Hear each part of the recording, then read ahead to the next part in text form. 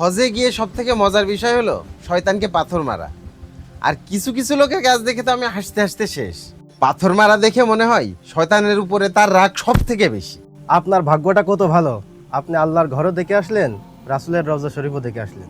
আরে হতাশ হয়ে না তো, চেষ্টা চালিয়ে যাও, স্বপ্ন একদিন পূরণ হবে। আচ্ছা, খরচ খরচা কেমন হলো ভাই? খরচ তো ধরো এজেন্সি রেট একরকম, আর নিজের খরচের জন্য যে যা নিয়ে যায়। আমি তো 1 লাখ টাকার মার্কেটই করেছি, তাতেও কুলাস ছিল না। ও আচ্ছা, আমার তো এক জায়গায় যেতে হবে, তোমরা থাকো, আরেকদিন কথা হবে।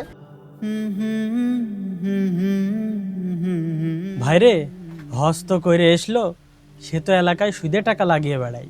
কি সব ফাও কথা করছো? একজন নামাজ কালাম পড়া লোক সুদ খায়, আবার হজও করে এসেছে। আপনার কোনো আইডিয়াই নেই অত্র এলাকায় তার কাছ থেকে সুদে টাকা নিয়ে কতজন যে ব্যবসা করে খাচ্ছে, শুনলে আপনার চোখ মাথায় উঠে যাবে। না মানে এটা বিশ্বাস করার মতো কথা নাকি? আচ্ছা আমি দেখি, কৌশলে তার কাছে জিজ্ঞাসা করে দেখবো সে কি বলে।